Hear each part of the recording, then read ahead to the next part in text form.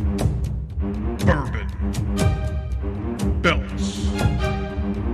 Blockbusters. You are listening to the Triple B Podcast.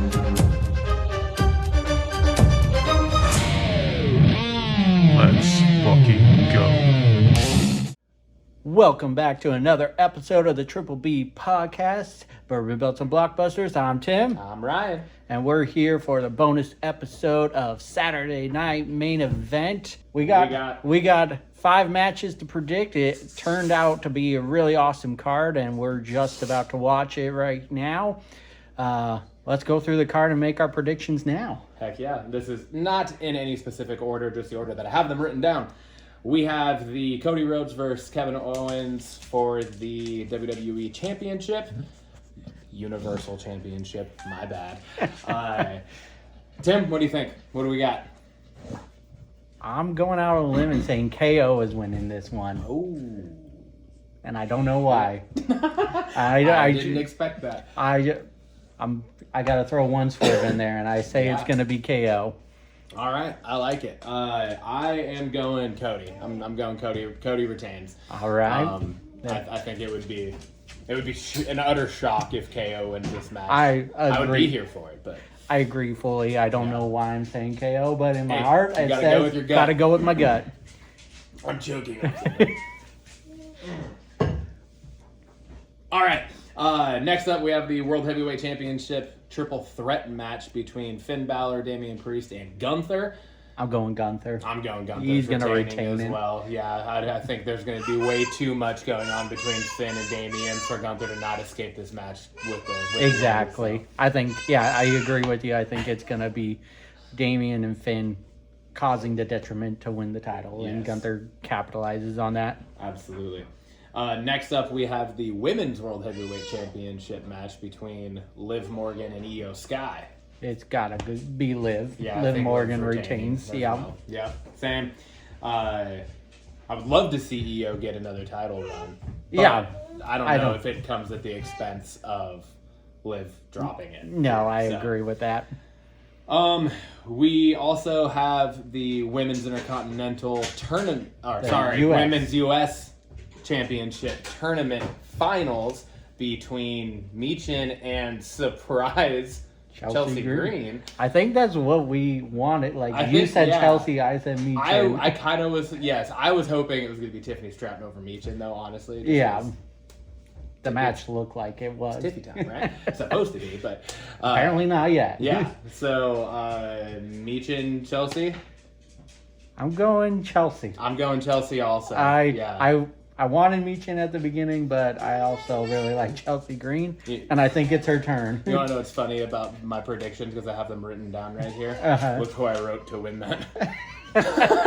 I think we both thought that. I wrote Bayley because I just assumed Bayley wasn't losing to Chelsea Green, and then when I saw Chelsea Green win that match, I was like, oh, they're pushing Chelsea finally, I know. Which I love. Yes. So, I'm definitely going Chelsea. And last but not least, we have the grudge match. Sami Zayn versus Drew McIntyre. I say Drew McIntyre wins this one. I'm going Drew on it as well. I just feel like with just the recent return, the heat, everything, it would be very anticlimactic to have him lose this match. So, storyline purposes, it just makes sense to have Drew win it. I agree. All right. That's our predictions. We're going to get watching, and then we'll record the episode after that. Peace. Peace.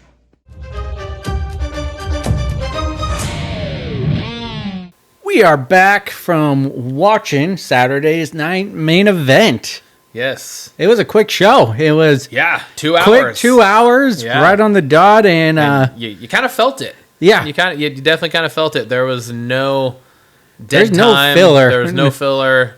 It was just very much so just and the little bit of filler, if you will, that there was, and it was mainly just during ring changeover stuff. Was Jesse the Body Ventura. I was gonna say Jesse and Tessitore talking about to each other, about the stuff that had been going on. And then we had little flashes of legends, out in the crowd. Yeah. I gotta say the the entranceway was awesome. The entranceway loved it. Yeah, the entranceway was dope. It was definitely a throwback. It was definitely a callback to like the OG days of Saturday Night's Main Event. It was a tight entranceway too. Yeah, it was like it was like the crowd. Pretty sure the crowd members could have like high-fived from across the entryway. I think they did too. Probably, yeah. It kind of felt like Extreme Rules, like, or the one where it was like ECW first came back and was that One Night Stand? Oh, One Night Stand. Yeah, that's right. Yeah, One Night and Stand, it was just like the crowd is like right there. Right there, yeah, for sure. Yeah, it definitely had like a modern old school feel to it throughout the whole show. So it was like the entrance ramp, like we said, the guardrails, everything was old school. It was just like the metal bars, like the old logo. But then you still had like the more updated, modern, like the video boards and the lighting and all that. So I thought it was a cool kind of cohesion to it all. Card was stacked, so ready to get through it? Heck yeah. So the night started with Sammy and Drew, right? Yep. Yeah. So night started Sammy and Drew. It was a good match. It was going back and forth there for a while, and then it kind of ended abruptly. Yeah, I was going to say. It kind of caught us off guard the way it ended. Yeah, because I didn't think the Claymore that McIntyre hit on Sammy was very strong. It just kind of, like, it was out of nowhere, but it was also like, he didn't ramp up to it either. So, he kind of hit it off of a roll into the ring, stand up, and he kind of just turned around into hitting it, while Samuel was then getting in the ring, rolling and standing up into taking it. So yeah, it didn't feel like it was as clean or as destructive of a Claymore as, like, for instance, the one he hit on fucking Jimmy on SmackDown was beautiful. Yeah. I definitely think that's a running theme through a lot of these matches. Is just, it felt rushed almost, because there was absolutely, like you said while we were watching it, it was just like there was no talking to old legends. There was just no in between. It was just matches, commercials, and then back to matches, you know? Yeah, we really thought that there was going to be more interaction and callbacks with the legends that were in attendance, and like we figured Triple H would have started the show, just like stuff like that just didn't happen. It did kind of feel rushed. But that being said, the matches that we did get were still solid matches. They were still very solid. They were still good. So, so Drew gets the win. We both said Drew. Yeah, we both said Drew, so we went 1-for-1 to start the show. Next up was... Fuck, I'm having a hard time remembering. What was next up? Was the women's world champion. Yeah, Liv and Io. Yeah. Liv and Io were next for the women's world championship. It was another solid match. I definitely Liv wins this match, and I think with her winning it by herself, we both agreed Liv needed a win by herself for her title reign. She had been looking like a very weak champion. Mm-hmm. Which in certain aspects, and we had talked about it on here before, I don't think it was necessarily bad because just of her stature, right? Like she's smaller. She has the bodyguard now with Raquel Rodriguez type things, then Judgment Day, like all of this stuff. You expect interference. You expect her to get help. You expect all of that. You expect her to have something up her sleeve and some out to make sure that she retains. This was just a clean one-on-one. She just outright won this match fair and square, and I thought that was, like we said, it was needed for her, and I loved that.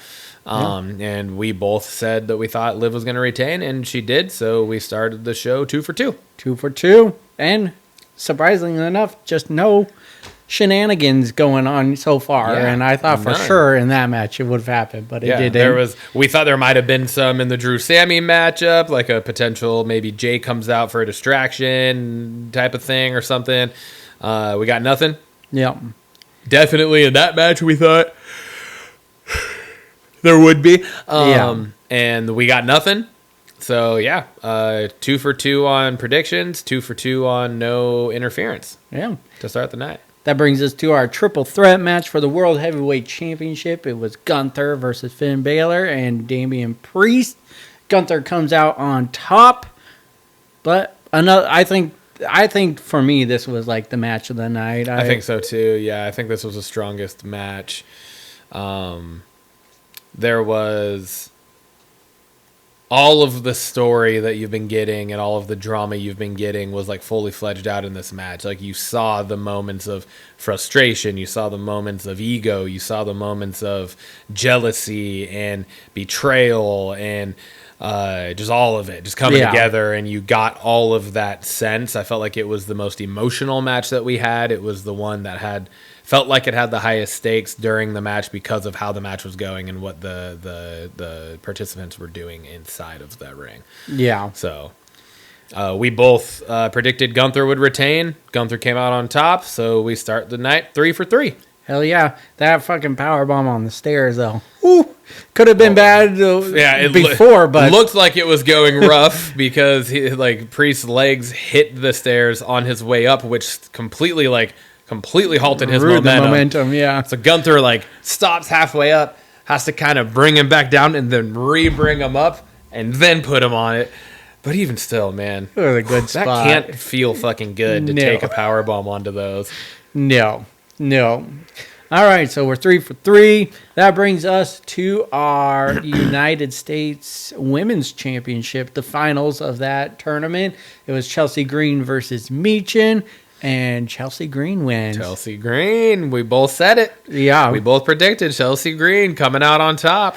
There was a little shenanigans in this match with Piper Niven. She didn't really get anything done, but it kind of distracted Meechin. And I don't feel, and I think too, it wasn't like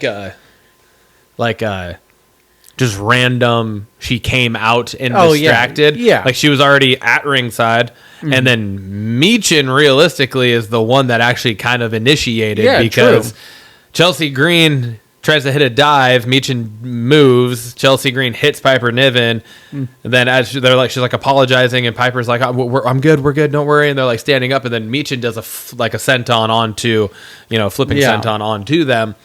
And then that kind of is what sparked things. So Meechin herself kind of led to her own downfall in a sense. Very true. Because Piper Niven was calmly staying at ringside and staying out of everything. She was actually just there for support for the majority of it until that happened. Then, yes, she did kind of get involved. Slight distraction that led to the coolest counter into an unprettier I've ever seen before in my life. Yeah. It was pretty sweet. She did a little flipping over, rolling over Meechin off of the top rope straight into position to then hit it and win the match. Yeah. So I'm stoked for this. I'm stoked they put the first ever U.S. women's title on Chelsea Green. I think that's huge for her. She's been doing nothing but absolute gold since Money in the Bank. And probably before that, honestly, but I just feel like that was where she really got on my radar. Yeah. And every time she's on the screen, it's just I'm glued to it because her character is so fucking disgustingly annoying. Exactly. That it's good. Yeah. She's one of those characters like a fucking King Joffrey from Game of Thrones where it's just he's so good at making you hate him that I like him. Yep. That type of thing. And Chelsea Green is that character. I'm just oh my God, I fucking love it. It's like the Grinch. What is that smell? It's fantastic. But yeah, so we're 4 for 4. We both predicted Chelsea Green. We got it. So we're 4 for 4 going into the main event where it was inevitable. One shall fall. Yep. Because we picked separate. This is the first one. We picked separate. We had picked the same on all the others. I don't know why I did it either. I liked it. I think I knew in my head what was going to happen, but my gut was saying KO. Yeah. So KO. Well, that was me at Survivor Series. My gut was saying Priest. Oh, that's true. Why I was I'm saying Priest is knocking off Gunther here. And our gut is making us fall on the sword. Failed us. Maybe it's the diarrhea. I can't help myself, Tim. It's just when it comes in my mind, I have to Your say mouth the thing. is diarrhea. It just comes out. Sometimes, yes. Very, very few times do I have a filter. I have a filter on all day long when I'm teaching. There you I have go. to have a filter There you so go. that when I'm in these situations, it just... Just word vomit. Just Yes, blah. absolutely. All around solid match. You got a lot of the emotions and drama and storyline again that have been building up to this. I don't think it was as impactful of a finish to this whole thing that we would have expected it to be. And also, like, it was fucking beautiful and gorgeous, but I even felt like it was kind of anticlimactic to have the Winged Eagle belt in this. It just didn't feel like it had that big of an impact or anything. You know what I mean? Like, don't get me wrong, it was great to see. oh yeah, it was beautiful, fantastic to see. All it did was make me just be like, that needs to be the fucking belt. Yeah, they need to go back to that. That needs to be the WWE Championship, or a modern take not undisputed, on it. Not universal. Just the WWE Championship. That's what it needs to be again. Yeah. And yeah, or a modern take on it, like we've said with the big gold, right? Yeah. With the World Heavyweight. It has it's a modern take on the old school WCW Championship, which is what turned into the World Heavyweight, right? Yeah. So, I agree with you. I Yeah. think this match did not deliver to what the storyline was building up to, which means it's probably going to continue, which I'm fine with. But I just felt like this match was going to have a little more. I think if there was any match that needed shenanigans to happen, it was probably this one, because it feels like that wasn't all that it was going to be, right? Yeah. It ended up being just a pinfall right at the end. There two refs got taken out, but even then, like, that's what I was just about to bring that up. Is we're in a situation where we have two different refs get taken out. Something that we had actually, oddly enough, earlier in the night been talking about. How, like, I don't feel like we had seen that a ref gets taken out and then another ref runs down, like that type of thing for a while, and then it happened. We have a ref get taken out. Yeah, right. We have a ref get taken out, and then another ref comes running down the entryway, and they slide in, and then a minute later they get taken out. But then all we got was a fucking crossroads onto a chair. Yeah. Like, the refs are out, and there was, like, no shenanigans, like you said, you know? Like you would have, like, the way everything was building, I would have expected KO to actually, like, do some shit to Cody. I thought there was going to be, like, a kill shot. Like, I mean, that was what this feud was building up to. He did a pile driver to Randy Orton, and like, an attempted pile driver on a chair that gets reversed into a crossroads for the finish. Like, something like that would have just been a little bit bigger, but... It was kind of a little bit of a letdown of a match, I think, for what it was building towards. Again, seeing the Winged Eagle title, I think, gives it a little more brownie points just because we got to see it. And that's, I mean, I think it's both of our, it's my second favorite title of all time. Yeah. Outside of the World Heavyweight Championship. Yeah. The OG World Heavyweight Championship. I think that one is my favorite. The Winged Eagle right closely behind it, and then probably the current World Heavyweight Championship after that for me. So but it is what it is. I mean, the one thing I like, and we again talked about it in there, and we've talked about it on the podcast, is just I like that Cody is the all-time babyface, but is willing to do dirty work. He has those dark tendencies, as the chair shot, and previously, like, attacking AJ's with the stairs after the match, you know. So I do like that. Yeah, and I liked how you put it while we were watching. It was you said you think Cody is the baby face that the fans wanted Cena to be. Yes. Right? Like, because Cena was the over-the-top Fruity Pebbles champion, and that's what he was. Like, he was the over-the-top Make-A-Wish Foundation face. Yeah. He is the all-time greatest face to ever do it. Yeah.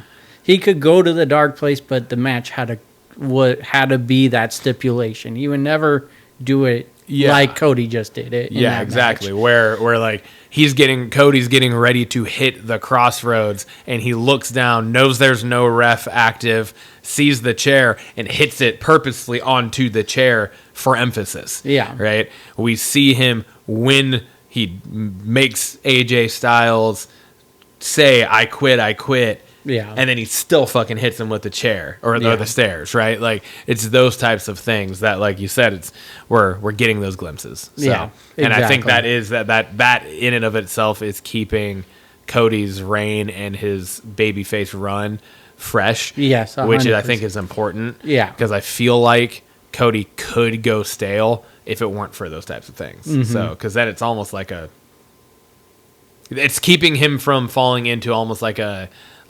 typecast as a Cena 2. Exactly. So. All right. Well, I said Cody. Tim said KO.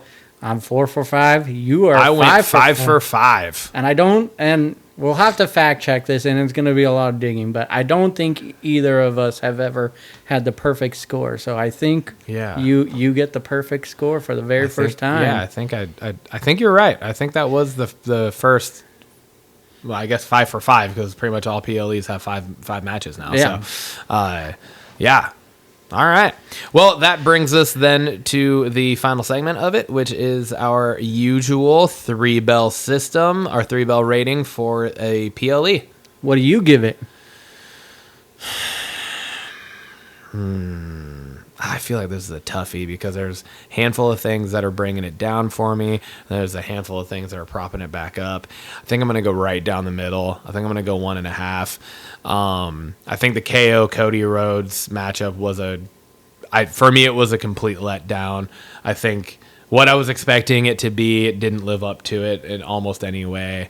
Kind of same with the Sammy and Drew thing, but I also feel like that was a last minute thrown in match too at the same time. Like there wasn't to be Seth Bronson Reed. Yeah, probably. There wasn't a ton of obviously build to this because Drew just came back 2 weeks ago. Yeah. So anyways, and then just like we said, how quickly the match ended.